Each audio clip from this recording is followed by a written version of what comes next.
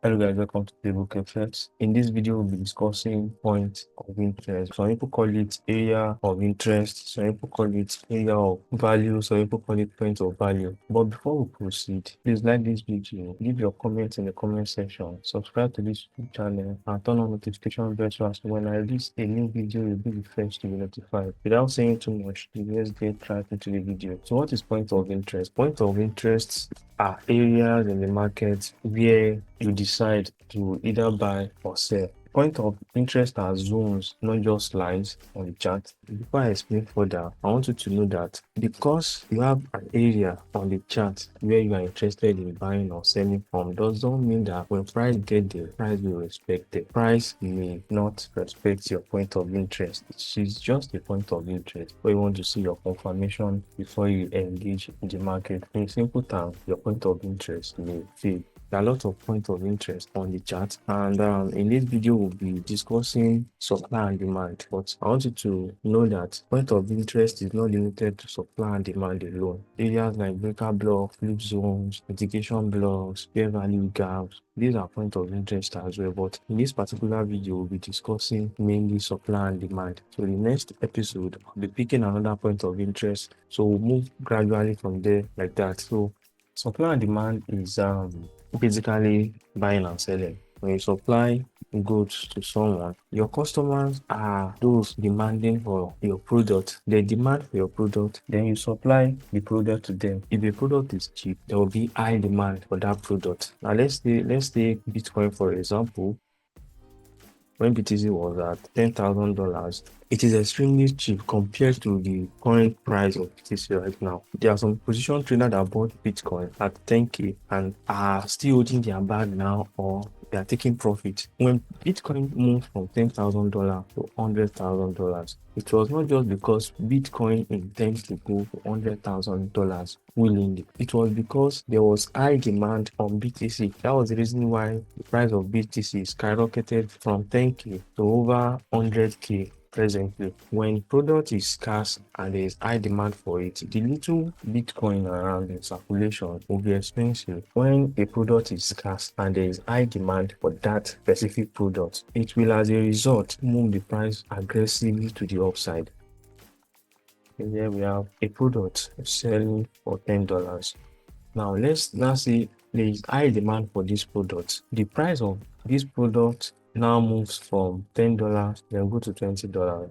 This product is now in its premium phase. When price gets to this $20 level, some people that bought from here will take profit. Maybe someone bought like 1,000 pieces of this product at $10 a piece. When price move from $10 to $20, some people will take profit. Now it depends on the pressure of the seller here that will determine how far this retracement will go. If price get to the discount of this leg as well, some people that bought at $10 before, or some people that were unable to get in at $10, when price retrace back, maybe price now come back to like $15 here, they will be like, okay, now price is cheap. Some traders will now accumulate more to their bag. The pressure of them accumulating from here as well can also push price from this level for price to now surpass this $20, for price to now continue pushing even more higher, and it will continue like that. Let's say price get to $30 here, some people will take profit as well, causing the price to retrace a little bit, maybe coming back to $25, and it will continue like that. Now price will not continue going up like this. At the end of the day, price will get to one extent. Most traders will feel, okay, it is now time to sell my bag, entire bag. That is when price will now start selling.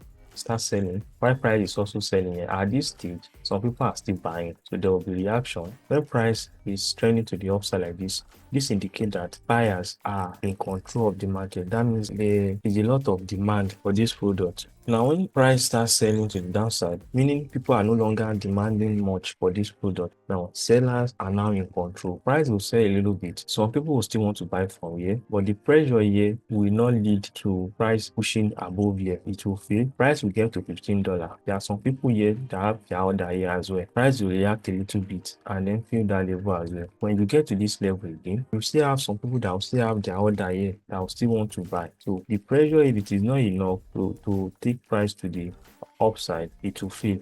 Yeah, that's the explanation for supply and demand. Now, how the supply and demand comes in when choosing your point of interest. Supply and demand zones are areas that triggers aggressive move in the market as a result of volume. Either price buy aggressively to the upside, break structure, or price sell aggressively to the downside and break structure. In an uptrend like this, let's say price is pushing to the upside like this, the last bearish candle, see this last bearish candle before price push to the upside and break structure. This is our demand in an uptrend. This is a demand here. Now if you look at here again, this was the last sell candle before price push to the upside and broke structure. Now this again is another demand level. Price have to break structure for that supply or that your demand to be valid.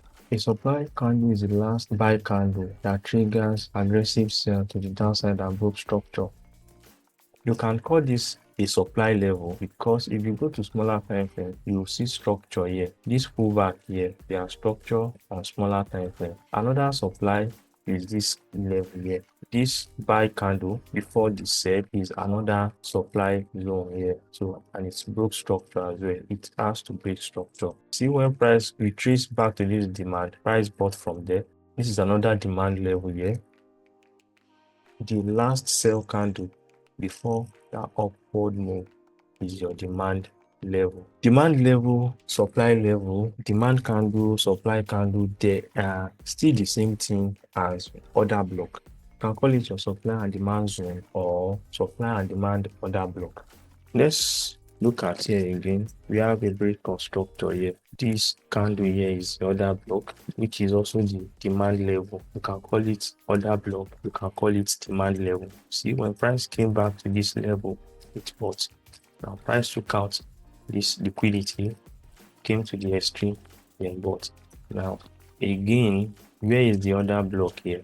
Now on this leg, starting from here, this is order block. This is the first supply order block. I'll make a video explaining what mitigation is. Let me use another zone as an example. When you have another block here like this, and price came back, maybe this candle mitigates this order block, then push to the downside.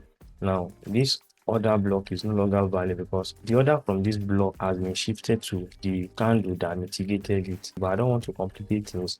Let's just focus on how to identify supply and demand here. Now we have supply here. See, price came there, reacted a little bit, and continued pushing to the upside. This area was where the demand started from. And looking at price here, this is where gold is currently at. So it is the same for supply and demand. All you need to see is an aggressive move. This kind of move now, I will not be marking anything here. There is nothing for price to respect here. I need aggressive move like this. We need aggressive move like this. See, when price move from here to here, price bought aggressively like this. So these are areas you want to be paying attention to. You don't want to be looking for demand or supply level in somewhere like this. I don't want to be looking for supply and demand somewhere around here. That is why I said you need a clean break of structure before you can identify your supply and your demand level. Now, I said point of interest is not area where you start placing limit order or buy order. Point of interest is the reaction point where you want price to come to and react. Then you make decision if you want to buy at that zone. If the reaction is good enough for you to place limit order on, supply and demand does not work alone. You need to understand market structure. You need to understand your range. You need to understand liquidity and inducement to formulate a strategy that will be based on supply and demand. This is where we'll draw the curtain for today's lesson. Please, if you like this content and you like to see more, give this video a thumbs up. Leave your comments in the comment section. You can ask me any question in the comment section. I'll be there to answer you. Subscribe to this YouTube channel. Turn on notification bell so as to when I release my next video, you'll be the first to be notified. Thank you.